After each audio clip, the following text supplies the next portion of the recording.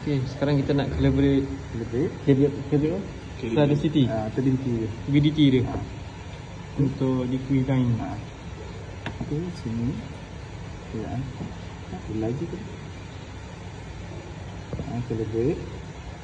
Tu position 2 ni. Position 2 kan? Position 2 tadi. Ni. So calibration table. Calibration point. Okey. Okey. Bacaan ni kena tengok manual lah. Ke live? Ni tengah live ni. Lepas tu kita compare dengan lab lah. Lab tadi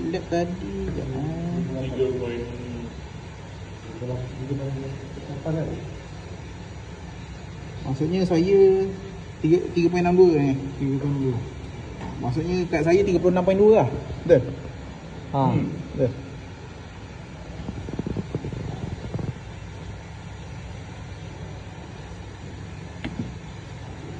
Ni kena adjust ni.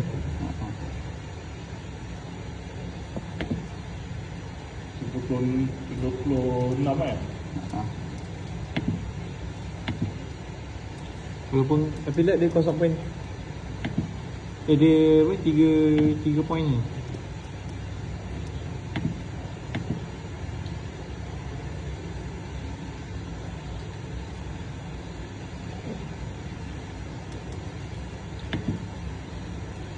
Dia baca dryness ke ni? Mesin yang kali ni dia baca moisture. Mesin yang lama dia baca dryness.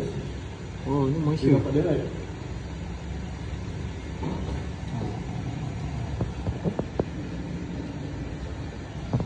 Okey. Mana? 26.2. 3.2. Dengan sini 3 pun. Kalau tengok dryness ni. 3.6. Dia ubah perpuluhan tak boleh. Perpuluhan dia. Puluhan.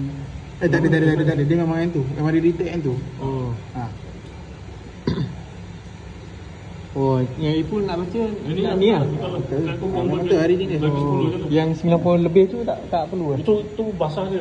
Basah dia. Oh, nak kering tu. Aku nak keringan dia. Keringan. Kering tu kering selas kan? Ya betul. Dryness ni. Tu lah.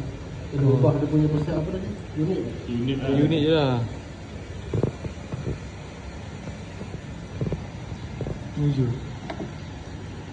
Thanks for watching.